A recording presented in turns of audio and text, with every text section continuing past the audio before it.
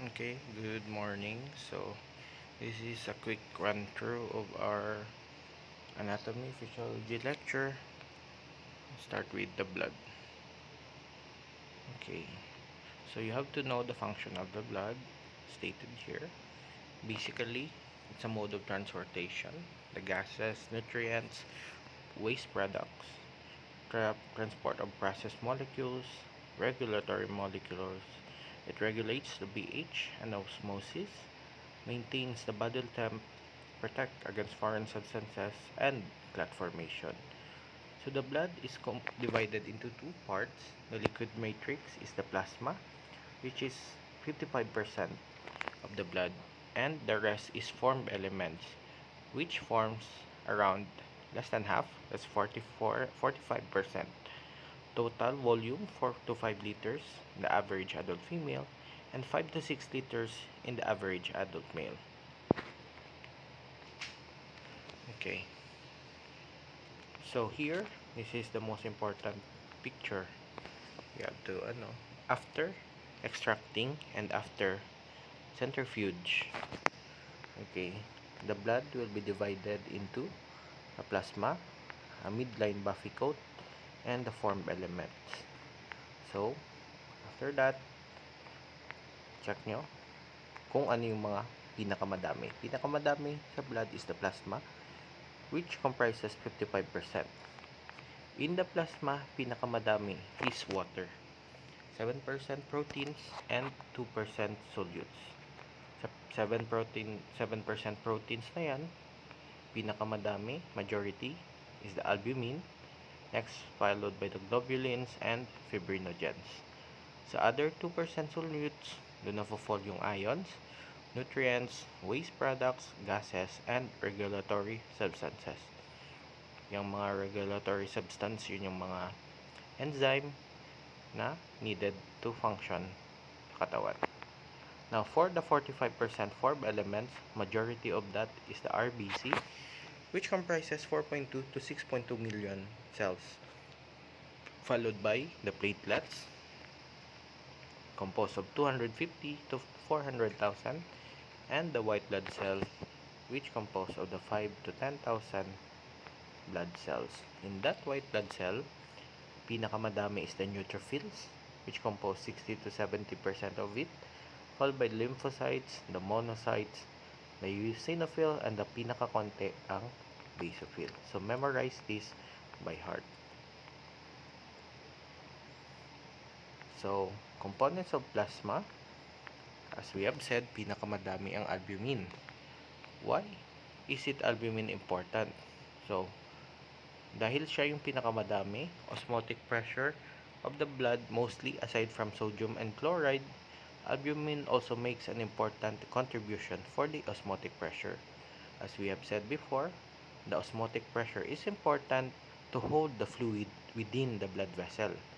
Kasi if walang osmotic pressure, all the fluid or all the blood within intravascular lalabas sa cellular area, which causes third spacing or anemia. Third or edema. So, hypoalbuminemia or albuminuria, naglalabas yung albumin sa ihi, causes hypoalbuminemia, which decreases osmotic pressure, which can lead to edema. Globulins account for 38% of the plasma, and under sa globulins are the antibodies, which is important later on sa ating i-discuss na mga sakit like ABO incompatibilities and RH na incompatibility.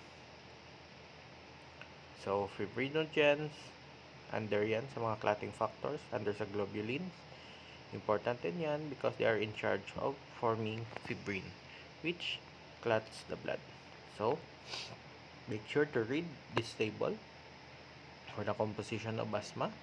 Take note, the function of water, it acts as solvent and suspends the medium of blood components. So, sila yung taga-buhat ng blood components. The protein, such as the albumin, they're in charge of the osmotic pressure. Then, mga nutrients sa plasma, the gas, and the waste product. So read on that. Form elements, as we have said, mostly the RBC or red blood cell, which constitute 95% of the formed elements, followed by 5% of WBC, and the rest are platelets.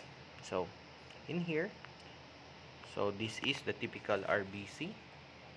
Take note, no nucleus, biconcave disc, meaning both sides concave. This is important later as we will discuss the topic. Also, it contains hemoglobin, which colors the red cells. So, function, transport O2 and CO2. The WBC or white blood cell are the spherical cells with a nucleus.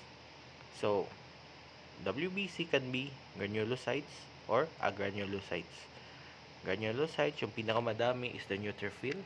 It has 4 lobes. So, stage siya, light pink or reddish purple kasi acid and base na sustain sa kanya. So, they are in charge of phagocyting microorganism and other substances. For the basophil, this is stained blue. More on, basic. 2 indistinct lobes. Basophil, tandaan nyo, histamine, allergies, inflammation. So, sila in charge, release of the histamine, which is known for mga allergic reactions. Eosinophil, bilobe cytoplasmic, orange red, bright red. Sila ay acidic stain. So, inflammatory reaction also for allergies, asthma, and worms. So, tandaan, pinaka-importante, worm parasites. So, if mataas yung eosinophil sa CBC, especially sa bata. So, consider nyo, baka there is parasitism. So, if the patient mataas basophil, so baka allergies lang siya. If mataas yung neutrophil, possible bacterial infection. Lymphocytes, so these are agranulocytes, meaning wala siyang granules, unlike sa kabila na yan. It has round nucleus and produces antibodies, chemical responsible for destroying microorganism. So, basically, mataas yung lymphocytes for mga viral infections. Also, monocytes, so nagko-convert. The noticeable or the most notable thing about monocytes, they convert into macrophages. And the macrophages is in charge of the phagocytosis ng mga bacteria sa katawan. And it is also the biggest sa lahat ng WBC. Note, ang mga SS, biggest is the monocytes. Smallest is the lymphocytes.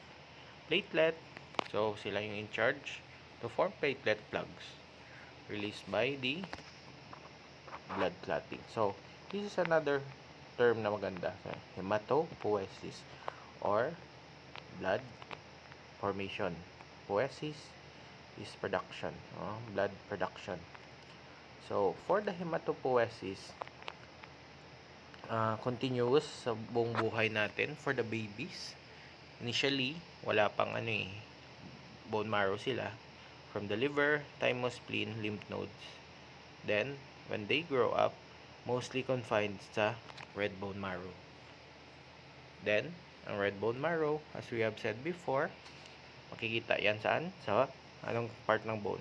The spongy areas. For the compact areas, siyempre walang pupuntahan doon. So, focus lang sa spongy areas, which comprises their red bone marrow. So, hematopoietic stem cells, when you said that, sila yung pinaka-baby talaga. So, for the blood, 2 types of intermediate stem cell, myeloid stem cell, and the lymphoid stem cell. Take note, lymphoid stem cell, sila lang yung mother nung lymphocyte. The rest, myeloid stem cells na. Okay, we have a picture here. So lymphoid, lymphocytes. So, the rest, under sa myeloid.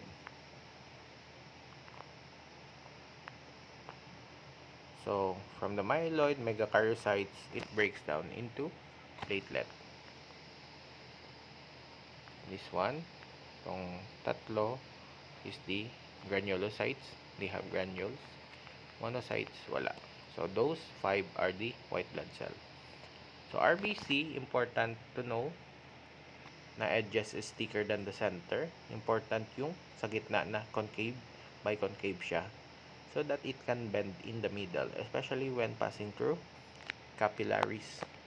Tapos, dahil manipis siya, easier ang exchange ng gases in between them and the ability to distribute mga nutrients, ions for the cell to deliver. So basically, very very good transporter. So, read on that. So, there are cases, there are abnormalities sa shape ng cell, especially kung mga, let's say, anemia, like B complex, it can cause megaloblastosis or lumalaki yung RBC. So, nagiging bilog siya, hindi na siya makapass through sa tawag niyan, capillaries, which causes poor yung transportation, can lead to diseases. So, 1/3 of the RBC's weight or volume is the hemoglobin. Importante yung hemoglobin because hemoglobin is like heme and globin, basically in charge of carrying oxygen. So, oxygen nag-help transport ng CO2, O2 for the ATP production. So, kapag walang hemoglobin, mababa yung hemoglobin, in cases of iron deficiency, it can lead to anemia. Therefore, mababa yung globin, mababa yung iron, maputla yung RBC natin. And payat yung RBC.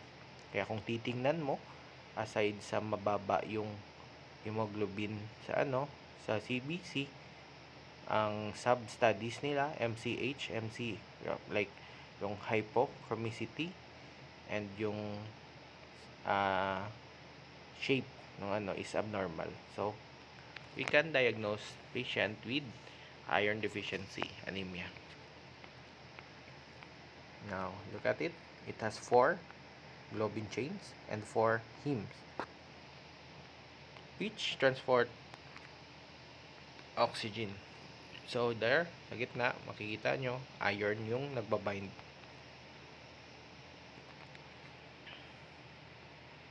So, carbonic anhydrase, you will see more of this later on. Sila yung nag-e-exchange ng CO2 plus water to hydrogen plus bicarbonate. So, CO2, yun yung pinapalabas na sa katawan. And yung H2O, okay, so, pwede yung mag-release ng oxygen tapos later acidosis, bicarb, yung HCO3, alkalosis. So, life history of RBC, initially, myeloid stem cell to pro-erythroblast, early erythroblast, and so on and so forth. Basically, RBC na siya yung mature stage niya. However, in our CBC, makikita nyo madaming reticulocyte din, or there is a reticulocyte count. So, maakyat yan for cases na kailangan production of RBC such as bleeding, anemia, mga ganon, as a compensatory mechanism. Erythrocytosis. So, please read on that. Now, this one, important, erythropoietin. So, erythropoietin is released or produced from the kidneys. So, they are in charge of the production of RBC. Kapag mababa yung RBC sa katawan, the kidneys release erythropoietin to produce more RBC. It's like stimulation. Kapag madami namang RBC sa katawan, it will stimulate the kidneys na mag-release ng mababa or lesser amount of erythropoietin. Now, a practical application for patients with end-stage renal disease, hindi na nagfa-function yung kidneys nila, so there is no production of erythropoietin. So, it can lead to anemia. Mapuputla yung mga patient ngayon. So, when the patient, nung pababa na yung function ng kidneys, we give EPO or mga injectable na stimulant for the RBC. That's like 1 injection, sometimes mga every 2 weeks, every week, depende sa damage ng kidneys nila. So, yan. Stimulate and redundant.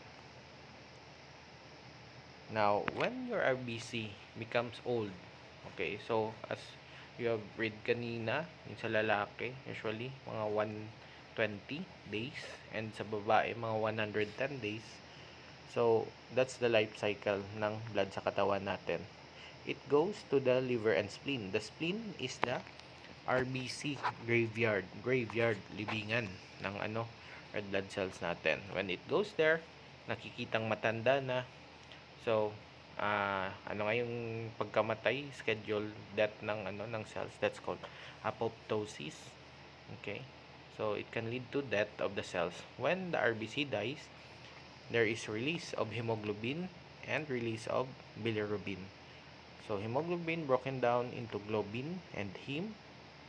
And the heme, yun yung iron na recycle, and the heme break down into bilirubin, which is yellow pigment sa liver natin. Tapos yung yellow pigment na yun yung ini-excrete. Initially, tinitipon sa gallbladder, then excreted via urine and feces. Yun nagbibigay color yellow sa ihi nyo, nagbibigay color yellow sa pupo nyo. So, in cases na yan na may mga pasa-pasa kayo sa katawan, initially, 'di ba, pula siya. Then magli-lead to purple, then later on mag-green, which is like mag-yellow, which is na breakdown na yung RBC to its heme, converted to bilirubin. Then kapag nag-green na siya, that's biliverdin. Tapos, yun na. Kaya that's the process of iba-ibang color na pasa sa katawan. Now, for cases with those na obstruction, okay, sa ating labasan ng bilirubin sa katawan, like mga stones or inflammations dyan ng common bile duct, it can lead to accumulation ng bilirubin sa katawan, which can lead to yellowish discoloration ng mata, ng balat, and everything sa katawan, which is commonly known as jaundice. Okay, so yellowish discoloration of the skin is jaundice. This is very emergency or a sign of problem, especially sa mga bata. Okay, we will talk more of that later. So, accumulation of bilirubin, especially sa utak ng bata, that's kernicterus. Now, white blood cell, so they move amoeboid style. Amoeboid movement. Granulocytes, that's the lymphocyte and the monocyte. Neutrophil, pinakamadami nga kanina. So, sila in charge sa mga nag-aawayan ng mga bacteria sa katawan, which can lead to pus, mga nana. So, sabihin mo, pasalamat ka may nana. Okay. So, may neutrophils ka. For allergies, basophils, sila yung in charge, histamine release. For mga allergies din also, eosinophils and mga worm parasites. For viral lymphocytes, please read on this. Now, platelets, importante yan siya. They are in charge of clot formation. So, when you have sugat sa katawan, there are 3 processes to follow. So, initially, vascular spasm, which is the immediate, then the platelet plug formation, and the more permanent is the blood clotting. Emergency-wise, kapag nasugatan ka, the blood vessel wall is exposed, which can cause the platelet na madikit doon, which can release thromboxane and endothelin. Sila yung nagko-cause ng vascular spasm, nagko-close yung mga blood vessel, which result to stoppage of bleeding. Again, once na-activate yung platelet, it can cause or initially didikit yung platelet via von Willebrand factor, and activated platelet causes a reaction. So this reaction, yung surface ng platelet magkakaroon ng fibrinogen receptor, which then reacts with other activated platelet na nagdidikit-dikit na yung platelet. It can form into platelet plug. Okay. Yan, initially, exposed area. Didikit yung platelet via von Willebrand. Magtatawag siya ng more platelet na ma-activate niya, which releases fibrinogen receptor activator na magtatawag ng other platelets din. Magdidikit-dikit na to form into the one big platelet plug, which stops the bleeding.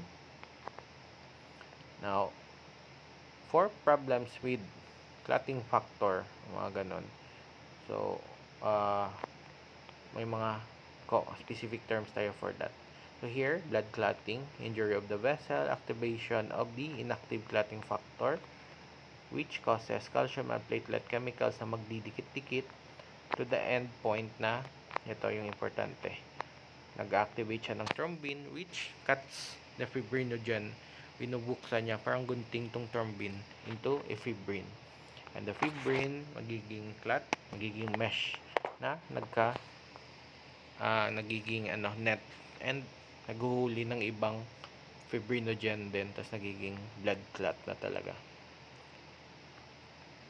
So, hemophilia, example, genetic disease, affected yung clotting factor sa katawan. So, if you take anticoagulants like aspirin, warfarin, heparin, this can cause, these are mga examples of antithrombin, which inactivates thrombin, thus inactivates blood clotting sa katawan.